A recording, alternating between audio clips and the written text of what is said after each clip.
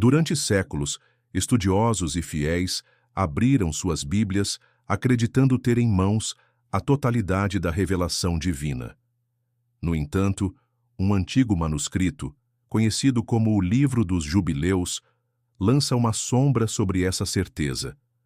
Por que um texto que se aprofunda em detalhes sobre a criação, o tempo sagrado e as leis de Deus foi mantido fora da maioria das versões da Bíblia? O que havia em suas páginas que provocou o silêncio dos concílios e a negação de seu conteúdo em tradições inteiras do cristianismo? A resposta pode estar na própria natureza do que esse livro revela.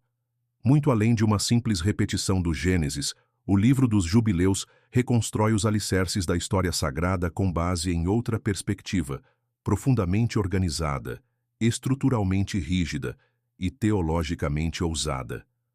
Não se trata apenas de narrar os mesmos eventos sob uma nova luz.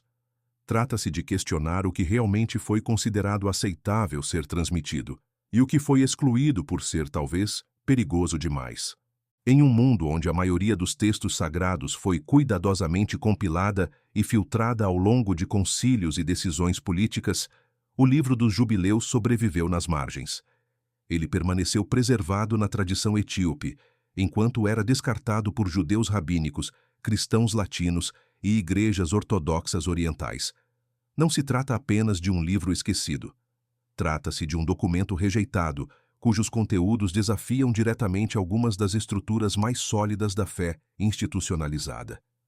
Entre suas páginas, encontramos descrições de anjos que organizam o universo segundo calendários celestiais, leis transmitidas desde os primeiros humanos, e interpretações dos patriarcas que transformam sua imagem de líderes tribais em agentes cósmicos. Esse texto não foi escrito para complementar o que já se sabia, mas para reformular o entendimento da aliança entre Deus e a humanidade, desde a criação até os dias de Abraão, passando por revelações que antecedem Moisés em milênios. É curioso pensar que, enquanto muitos veem a Bíblia como um compêndio fechado, completo e autossuficiente, há tradições que ainda hoje consideram o Livro dos Jubileus parte de sua escritura oficial. A Igreja Ortodoxa etíope, por exemplo, mantém esse texto em seu cânon, valorizando-o por sua exatidão cronológica e por seu profundo respeito à ordem divina. Isso levanta outra pergunta inevitável. Se essa versão mais detalhada da história sagrada foi mantida por um dos ramos mais antigos do cristianismo, por que foi esquecida ou rejeitada no restante do mundo? A resposta pode não estar apenas em aspectos doutrinários, mas na ameaça que esse livro representa a certas interpretações teológicas que se consolidaram com o tempo. A forma como o Jubileus aborda o tempo, por exemplo, não é apenas uma questão de calendário. Trata-se de um realinhamento radical da forma como o ser humano deveria viver, em harmonia com um ritmo celestial determinado por Deus e observado pelos anjos. A negligência desse tempo sagrado seria, segundo o texto, uma ruptura da aliança, um afastamento da ordem cósmica, uma espécie de heresia cronológica. A ideia de que o tempo foi estruturado por Deus, no momento da criação, e que os seres humanos deveriam segui-lo rigidamente, é uma das muitas afirmações presentes nessa obra, que para muitos parecem duras demais, específicas demais, ou até incômodas demais. Mas se foram os critérios políticos e dogmáticos que definiram o que era aceitável nas Escrituras, talvez seja hora de olhar novamente para aquilo que foi deixado de lado, não por ser menos verdadeiro, mas por ser mais exigente. Esse livro não apresenta um convite à curiosidade. Ele lança um desafio à compreensão tradicional. Ele afirma que a história que conhecemos pode estar incompleta, e que os pilares da espiritualidade que guiamos por gerações talvez estejam apoiados em versões seletivas dos acontecimentos originais. Se existe uma história que foi ocultada, não por erro, mas por decisão, então resgatá-la é mais do que uma escolha intelectual. É uma necessidade espiritual. Ao longo das gerações, muito se discutiu sobre as leis, os mandamentos e os feitos dos patriarcas. Porém, o que raramente se observa é o papel do tempo como uma instituição divina. No Livro dos Jubileus, Tempo não é apenas uma medida de dias e noites, é uma estrutura sagrada, estabelecida por Deus logo no início da criação. Esse conceito se diferencia de forma radical do que se tornou tradição em grande parte das culturas antigas e modernas. E é justamente aqui que começa um dos pontos mais sensíveis e revolucionários do texto: a defesa de um calendário solar exato, determinado por ordens celestiais, que deveria ser seguido por toda a humanidade.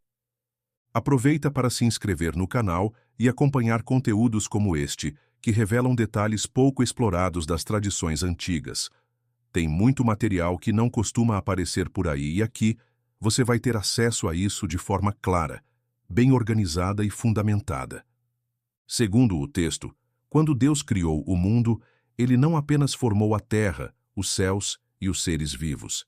Ele também criou um ritmo universal. Esse ritmo é representado por um calendário que segue o ciclo solar, com 364 dias distribuídos em 4 estações perfeitas de 91 jornadas cada uma. Essa estrutura assegura que os ciclos da vida, como as colheitas, as festas religiosas e o sábado, aconteçam sempre nos mesmos períodos, ano após ano. Nada é aleatório. Tudo possui ordem e regularidade. Essa regularidade, porém, foi abandonada ao longo do tempo. E é aqui que o livro aponta uma ruptura entre a vontade original de Deus e as práticas adotadas por povos que passaram a utilizar o calendário lunar. O calendário lunar, diferente do solar, possui meses irregulares, com alternância entre 29 e 30 dias, o que exige ajustes frequentes, como meses adicionais. Isso faz com que as datas das festas e dos dias sagrados se desloquem com o passar dos anos. Segundo o livro dos Jubileus, esse desvio não é apenas um erro prático, é uma violação espiritual. Ao adotar um calendário que não se alinha com o que foi estabelecido nos céus, a humanidade se afasta do plano divino. O sábado deixa de cair no dia correto. As celebrações perdem sua correspondência com o ciclo sagrado. Os anjos, encarregados de observar e organizar os tempos conforme o Criador, veem a criação humana se desconectar do céu. O texto é enfático. Há consequências espirituais para quem rompe essa harmonia. Esse tema ganha ainda mais força quando percebemos que o calendário descrito no livro dos Jubileus guarda semelhanças com o calendário etíope tradicional, ainda hoje utilizado pela Igreja Ortodoxa Etíope. Esse calendário divide o ano em 12 meses de 30 dias, com um 13º mês de 5 ou 6 dias, dependendo do ano. Apesar das diferenças técnicas, o princípio é semelhante, uma tentativa de preservar uma estrutura regular e solar, em contraste com o calendário gregoriano adotado no Ocidente, que é ajustado com anos bissextos e regras de correção periódica. Não se trata aqui de um detalhe técnico ou cultural. O calendário é apresentado como uma das primeiras instituições sagradas. Antes mesmo que as leis fossem entregues no Sinai, antes que os profetas proclamassem suas mensagens, já havia uma ordem a ser seguida: o tempo divino. Essa compreensão é central no pensamento do livro dos Jubileus. Seguir o calendário correto não é uma questão de escolha humana, mas uma resposta de obediência à ordem celestial. Os próprios anjos criados no primeiro dia são responsáveis por manter a regularidade dos céus. O sol, a lua e as estrelas seguem seus cursos conforme a direção desses seres. E é por meio dessa obediência cósmica que o tempo se organiza. No momento em que os humanos passam a seguir outro tipo de contagem, baseada nas fases da lua, essa harmonia é quebrada. O texto declara que isso não apenas distorce o culto verdadeiro, mas também enfraquece a ligação entre os céus e a terra. Essa crítica ao calendário lunar é particularmente importante porque reflete um conflito antigo entre grupos religiosos no período do Segundo Templo. A maioria dos judeus, especialmente após o exílio babilônico, passou a seguir o calendário lunar babilônico, que mais tarde se tornaria o calendário hebraico tradicional. O livro dos Jubileus, no entanto, representa a visão de um grupo dissidente, muito possivelmente os essênios, conhecidos por viverem em comunidades separadas e seguirem normas rigorosas baseadas em pureza e exatidão ritual. Esses grupos preservaram o calendário solar como parte da sua identidade religiosa, argumentando que ele era mais fiel à revelação original de Deus. A defesa do calendário solar, portanto, está ligada a uma noção mais ampla de fidelidade à aliança. Não se trata de medir o tempo apenas para fins práticos, mas de alinhar o ritmo da vida humana com o compasso estabelecido no céu. Segundo o texto, seguir o calendário correto seria uma forma de restaurar a ordem primordial que foi estabelecida na criação e perdida ao longo das gerações. O livro dos Jubileus insiste que há consequências para essa perda de alinhamento. Não por acaso, o texto afirma que muitos cairão em erro por observarem a lua e ajustarem os dias sagrados com base em sua variação. Esse desvio provocaria confusão nos rituais, nas estações e até mesmo no testemunho da fé. Ao abandonar o ritmo solar, o povo perde a regularidade dos tempos sagrados, tornando abominável aquilo que deveria ser santo. Mais do que uma crítica ao calendário lunar, essa mensagem carrega um alerta. Quando a estrutura divina é ignorada, o caos se instala. E não se trata apenas de um caos social ou civil, mas de um distanciamento espiritual profundo. O tempo, na perspectiva apresentada por esse livro, é um código sagrado e quem o quebra rompe com o próprio Criador. Se esse conteúdo está tocando você de alguma forma, escreva Amém nos comentários. Isso nos mostra que você está conosco nessa jornada e fortalece essa mensagem para alcançar ainda mais pessoas. Essa forma de pensar o tempo como uma lei inviolável, gravada nas tábuas celestiais, muda completamente a maneira como se compreende a história bíblica. A aliança entre Deus e os humanos não começa com regras escritas em pedra. Ela começa com o ritmo imposto à criação, uma espécie de pacto silencioso que ordena a existência e orienta o culto, a moral e a vida comunitária. A ideia de que as leis divinas foram entregues apenas a partir do Monte Sinai é uma base comum em muitas tradições religiosas. Entretanto, o livro dos Jubileus apresenta uma visão radicalmente diferente. Nesse relato, os mandamentos de Deus não surgem com Moisés, nem são fruto de uma organização civil posterior. Eles fazem parte da criação desde os primeiros dias e foram comunicados à humanidade por meio de mensageiros celestes, os anjos. Esse conceito transforma completamente a compreensão sobre a origem das leis sagradas. O texto afirma que Adão, logo após sua formação, recebeu instruções sobre como viver, o que observar e de que maneira manter-se em comunhão com o Criador. Tais orientações não foram improvisadas ou adaptadas ao contexto humano. Elas foram entregues conforme registros eternos, preservados em tábuas celestes, um tipo de arquivo divino que guardaria não apenas leis, mas também eventos futuros, datas sagradas e princípios universais que regulam o céu e a terra. A mediação angelical é outro aspecto central dessa narrativa. Os anjos não são apenas criaturas espirituais distantes, eles são agentes ativos da vontade divina. De acordo com o livro dos Jubileus, foram esses seres que instruíram Adão, ensinaram Noé após o dilúvio e guiaram os patriarcas como Abraão e Jacó.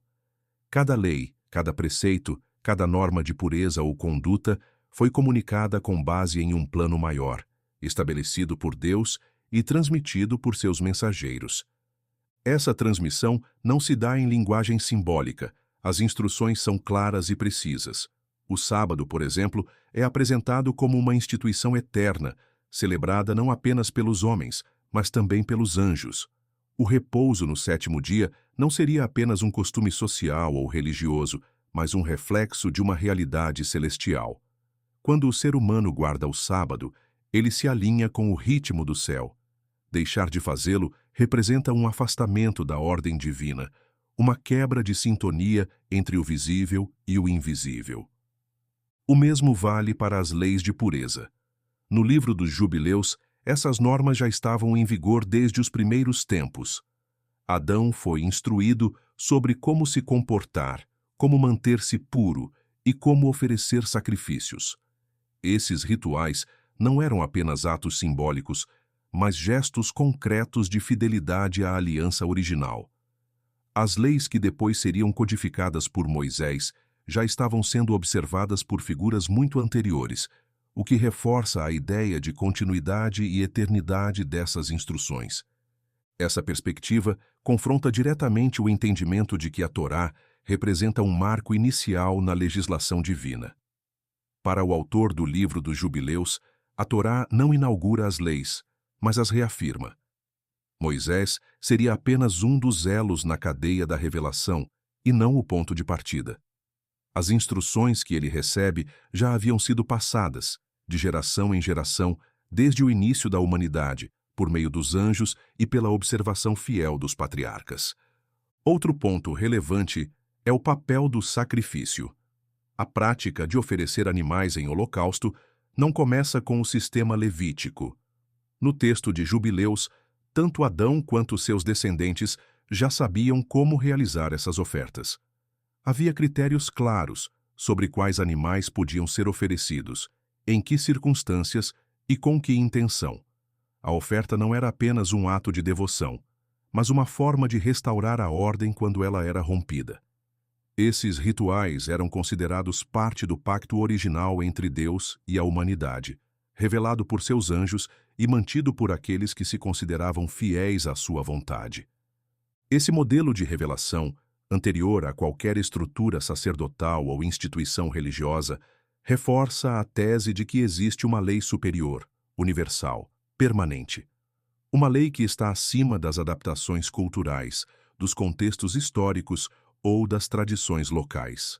A obediência a essa lei não depende da existência de um templo ou de um mediador humano. Ela está escrita nas tábuas celestes e pode ser acessada por qualquer um que busque alinhar sua vida com a ordem estabelecida desde o princípio. Essa compreensão também modifica a forma como se enxerga a história dos patriarcas. Homens como Noé, Abraão e Jacó não apenas viveram experiências individuais com Deus. Eles foram guardiões de um código sagrado que orientava suas decisões, suas práticas e suas alianças. Eles não criaram novos caminhos. Eles seguiram trilhas já traçadas desde a criação do mundo. Ao afirmar que os mandamentos foram entregues aos primeiros humanos e não apenas aos hebreus no deserto, o livro dos Jubileus amplia a responsabilidade moral e espiritual para toda a humanidade. Se Adão recebeu leis e seus filhos as conheceram, então o chamado à obediência não se restringe a um povo ou a uma época. Ele é universal. E mais do que isso, é atemporal. Essa ideia pode explicar, em parte, por que esse texto foi rejeitado por muitas tradições religiosas. Reconhecer que as leis não surgiram com Moisés, mas foram transmitidas desde o início, desafia estruturas doutrinárias que se fundamentam em marcos históricos específicos. Além disso, o papel central dos anjos como intermediários da vontade divina também contrasta com a ênfase posterior dada a figuras humanas como sacerdotes e profetas. O livro dos Jubileus, ao resgatar essa origem celestial das leis, recoloca o foco no relacionamento direto entre Deus e a humanidade, mediado por seres que habitam outra dimensão. Esse modelo de revelação tira o monopólio das instituições e devolve o saber sagrado à criação como um todo. Desde os primeiros relatos, a linhagem humana é apresentada como um fio condutor que liga a criação ao propósito divino. No livro dos Jubileus, essa sucessão de gerações carrega uma herança mais profunda do que apenas nomes em uma genealogia. Cada personagem, de Adão a Abraão, está inserido em um plano cuidadosamente traçado, no qual a revelação divina é mantida viva por meio de tradições preservadas, ensinamentos passados com precisão e práticas que refletem um compromisso antigo com a ordem celestial. Adão, o primeiro formado, não apenas recebeu o fôlego da vida, mas também orientações claras sobre como viver. Ele foi instruído a guardar o sábado, manter-se em pureza e praticar oferendas conforme preceitos estabelecidos por mensageiros divinos. Essas normas, longe de serem improvisadas, seguiam uma lógica previamente determinada e registrada em tábuas eternas, acessíveis apenas aos seres celestiais e àqueles por eles instruídos. Após Adão, essa herança espiritual não se perdeu. Foi transmitida a seus descendentes, especialmente à linhagem de Sete, visto como justo e obediente. Jubileus destaca que foi por meio de Sete que a aliança com o céu encontrou continuidade, enquanto outras descendências se afastaram gradativamente da ordem original. Essa ruptura se tornou mais evidente com Caim, cuja transgressão marcou o início de um período de desvio e corrupção. O assassinato de Abel, além de um crime contra seu irmão, simboliza uma rejeição da instrução divina e um rompimento com a harmonia original. A tradição mantida por Sete e seus descendentes se desenvolve em um contexto de resistência. A Terra, pouco a pouco, se torna um espaço de conflitos, onde a desobediência cresce, a violência se espalha e os valores ensinados pelos anjos passam a ser ignorados. Esse cenário culmina nos dias de Noé, quando a degradação alcança níveis profundos. O livro dos Jubileus detalha esse período, mencionando a ação de entidades espirituais caídas que disseminam conhecimento proibido e pervertem a criação. São eles, segundo o texto, os responsáveis pela formação dos gigantes, seres híbridos, que ampliam ainda mais a distância entre a humanidade e a vontade de Deus. Noé, apesar de viver em meio a esse caos, representa um ponto de resistência. Ele é instruído diretamente pelos anjos a preservar o que restou da pureza original. Recebe leis sobre sacrifícios, normas de comportamento e diretrizes sobre como manter a santidade. Mesmo após o dilúvio, esse compromisso continua. Noé não emerge apenas como um sobrevivente. Ele assume a função de restaurador da aliança. Seu papel é o de reconectar a criação com o Criador, através da observância fiel de tudo o que lhe foi revelado. Essa continuidade se manifesta também nos filhos de Noé, entre os quais Sem se destaca. É a partir dele que a linha da promessa é preservada. Embora a história bíblica mencione essa genealogia de forma objetiva, o livro dos Jubileus acrescenta camadas de sentido, mostrando que essa linha é responsável por manter viva a sabedoria recebida desde os primeiros tempos. A fidelidade de Sem garante que os princípios originais não sejam esquecidos, mesmo com o crescimento das nações e o espalhamento dos povos. É nesse cenário que Abraão surge. Sua história, conforme narrada em Jubileus, começa muito antes do chamado para deixar sua terra. O texto apresenta um jovem que cresce em um ambiente mergulhado em idolatria. Seu pai, Terá, está envolvido com práticas estranhas à aliança original. No entanto, desde cedo, Abraão demonstra inquietação com os costumes ao seu redor. A tradição preservada por Sem chega até ele, e sua consciência se volta para o Deus verdadeiro. A ruptura com o paganismo é descrita de forma clara. Abraão destrói os ídolos da casa de seu pai, rejeita os cultos locais e escolhe viver à parte, em busca de uma relação direta com aquele que governa os céus. Esse gesto não é apenas simbólico, ele representa uma retomada consciente da aliança perdida. Abraão não recebe uma nova revelação. Ele reconhece e retorna à instrução original, aquela mesma que havia sido ensinada a Adão, confirmada em Noé e protegida por Sem. Sua relação com os anjos, segundo o livro, é constante. Ele é guiado por eles, instruído em detalhes sobre leis, sacrifícios, práticas de pureza e até mesmo sobre o calendário sagrado. Ao contrário do que muitos imaginam, sua fidelidade não nasce do acaso ou de uma fé espontânea. Ela é fruto de um conhecimento profundo, transmitido por fontes celestiais e aceito com disposição inabalável. Ao longo de sua jornada, Abraão se torna um exemplo de alguém que escolhe restaurar aquilo que havia sido esquecido. Ele não constrói um novo caminho, mas retorna à trilha deixada pelos primeiros justos. Seu compromisso não é apenas com uma terra prometida, mas com uma verdade preservada nas margens da história.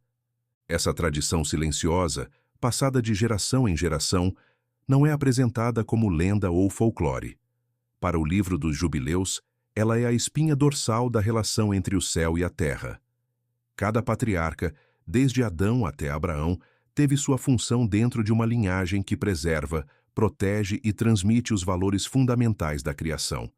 Na sequência da linhagem iniciada com Abraão, o texto do livro dos Jubileus direciona o olhar para os descendentes que herdariam não apenas terras e promessas, mas também a missão espiritual de manter viva a aliança firmada desde os primórdios. A história de Jacó e Esaú, portanto, não se limita à disputa de dois irmãos por bênçãos e primogenitura. Ela representa, sob a ótica dessa antiga obra, a revelação de um embate mais profundo, o desencontro entre dois caminhos espirituais e o desenrolar de um destino traçado muito antes do nascimento dos gêmeos. A narrativa sugere que, mesmo no ventre de sua mãe, os dois já carregavam traços que os distinguiriam. Rebeca, ao sentir a tensão que se formava em seu interior, recebe uma revelação divina. Não se tratava apenas de dois filhos. Havia ali duas nações que, no futuro, se posicionariam em direções opostas. O mais velho se afastaria do caminho da retidão, enquanto o mais novo daria continuidade ao plano estabelecido por Deus desde a criação. Esse detalhe muda completamente a maneira como se interpreta a sequência de eventos que se segue. O episódio em que Jacó adquire o direito de primogenitura de seu irmão e, mais tarde, recebe a bênção de Isaque, deixa de ser uma simples disputa familiar para assumir o papel de confirmação de uma escolha já determinada nas esferas superiores. O livro dos Jubileus mostra que os pais, especialmente Rebeca, estavam cientes da vocação espiritual de Jacó. Sua preferência por ele não era apenas emocional. Ela reconhecia nele o herdeiro legítimo do pacto divino. O contraste entre os irmãos vai além do temperamento. Esaú é descrito como alguém impetuoso, voltado para a vida selvagem, mais interessado nas conquistas imediatas do que nos valores herdados. Jacó, por outro lado, é retratado como alguém sensível à orientação celestial, comprometido com as leis recebidas por seus antepassados. Sua conduta não é perfeita, mas sua inclinação ao bem e sua disposição para obedecer o que lhe foi revelado o tornam digno de continuar a linhagem dos justos. Essa dicotomia se aprofunda quando o texto trata dos descendentes de cada um. Esaú dá origem a uma nação que, ao longo das gerações, se colocaria como adversária do povo de Israel.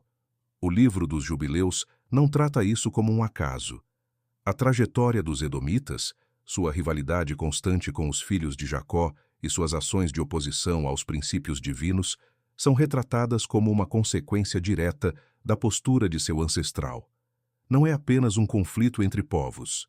É a expressão material de um distanciamento espiritual que começa com uma escolha individual e se manifesta em gerações futuras.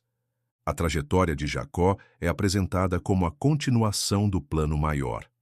Depois de receber a bênção de seu pai, ele é instruído diretamente por Deus e pelos mensageiros celestiais sobre como conduzir sua vida e orientar sua família. As leis de pureza, o calendário sagrado, a guarda do sábado, as normas alimentares e os ritos de sacrifício são todos reafirmados em sua história. Não são novidades para ele. São a confirmação de um legado que ele assume com responsabilidade. A condução da vida de Jacó reflete esse compromisso. Mesmo em meio a desafios, viagens, conflitos familiares e incertezas, ele permanece ligado ao que lhe foi transmitido. Suas ações, suas decisões e sua forma de orientar seus filhos revelam um homem consciente de seu papel em algo maior do que ele mesmo. Ele entende que sua missão ultrapassa o âmbito pessoal. Trata-se de preservar um pacto que começou antes do tempo ser contado.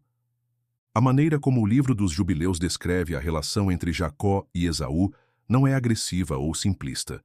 O texto não reduz Esaú a um vilão. Ele é, acima de tudo, uma figura que representa uma escolha. viver segundo os impulsos ou submeter-se à orientação que vem do alto. Sua decisão reflete um tipo de liberdade que, embora respeitada, leva a consequências que se estendem por muito tempo. A oposição entre os dois irmãos e seus descendentes é apresentada como um dos eixos da história sagrada. Israel, fruto da linhagem de Jacó, é chamado a permanecer fiel à aliança. Edom, gerado por Esaú, simboliza aqueles que escolhem seguir outro caminho. Essa tensão não se limita à antiguidade. O livro dos Jubileus sugere que essa oposição continuará se manifestando em diferentes formas, enquanto houver no mundo forças que resistem ao projeto divino. É significativo que o texto trate essas questões dentro de um panorama que transcende os conflitos humanos. O que se desenrola na história dos patriarcas é, na verdade, o reflexo de uma realidade mais ampla.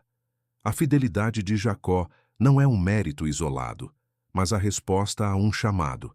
Sua escolha, embora marcada por erros e tropeços, o aproxima daquilo que foi revelado aos seus ancestrais.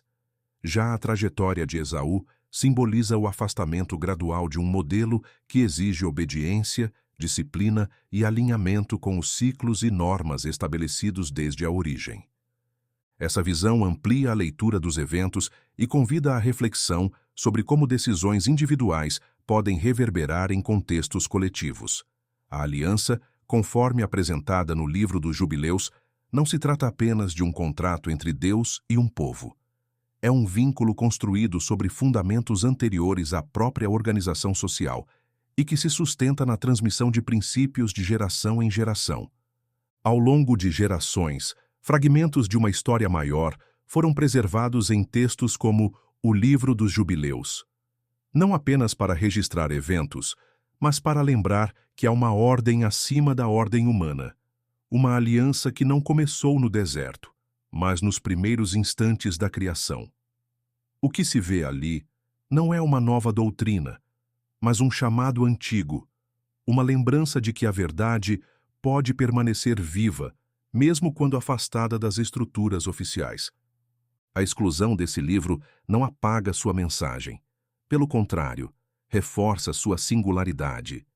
Em tempos em que a memória se fragmenta e as raízes da fé são esquecidas, recuperar essas vozes é um ato de retorno.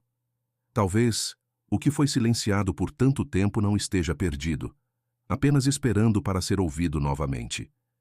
E se parte do que consideramos essencial foi apenas parte? E se há mais não novo, mas original? Esse é o tipo de pergunta que textos como esse não respondem diretamente, mas deixam ecoando. Porque algumas revelações não chegam para encerrar discussões, mas para abrir caminhos. Se você gostou do conteúdo e deseja apoiar nosso trabalho para que possamos continuar trazendo mais pesquisas e análises profundas, considere fazer uma doação de qualquer valor. Essa contribuição ajuda diretamente no crescimento do canal e na produção de materiais ainda mais ricos. Muito obrigado pelo seu apoio. Se esse conteúdo fez sentido para você, aproveita para se inscrever no canal e ativar as notificações. Assim você não perde os próximos vídeos. Deixe o like para ajudar esse material a alcançar mais gente. E quando terminar aqui, já escolhe o próximo vídeo para assistir. Tem muito mais conteúdo vindo aí, e você vai querer acompanhar de perto.